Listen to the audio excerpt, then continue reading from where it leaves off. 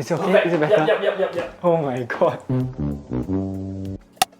We often hear about wealth creation when it comes to the buying and selling of properties.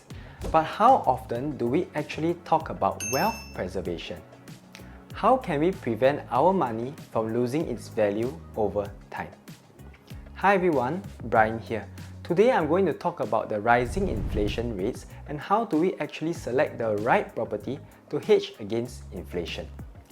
Before going further, we can see from the table above that the overall inflation rate in Singapore is generally increasing. And for today's example, we will be using a year-on-year average of 4% inflation rate. Using chicken rice as an example, back in year 2000, the price of a plate of chicken rice is at $2. And fast forward today, year 2023, the exact same portion is going to cost $5. So if you were to take out our calculators, we take $2 times 1.04 and we do it for another 22 times, the price of chicken rice will be somewhere around $4.93 in year 2023, which is also the prices that we are seeing today. So if we were to put this in property context, using Toa Payoh as an example, we will realize that back in year 2000, an executive HDB flat in 101B Lorong 2 Toa Payoh would cost somewhere around 630,000.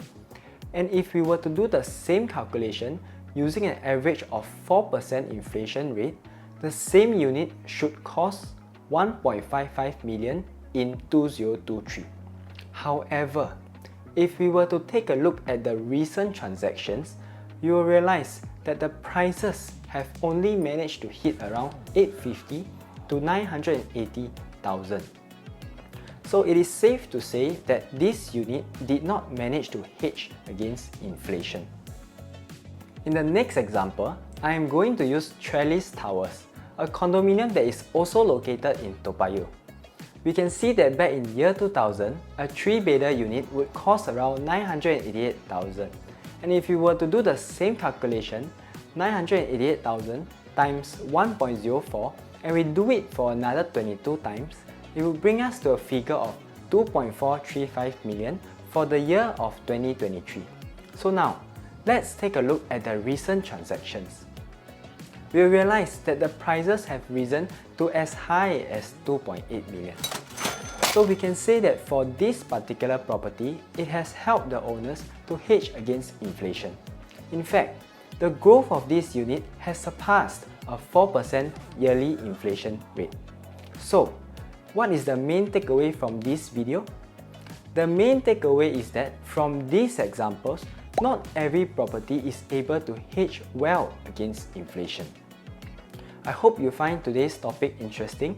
For homeowners who would like to find out if their existing property can withstand inflation, or if you are a first-time buyer looking to kickstart your property journey and is still unsure, feel free to drop me a message. Let me share with you how I have helped my clients to build and preserve their wealth. In the next video, I'll be touching on the concept of using your property as a form of forced savings for future retirement plans. Once again, I'm Brian from PropNext. Hope to see you soon.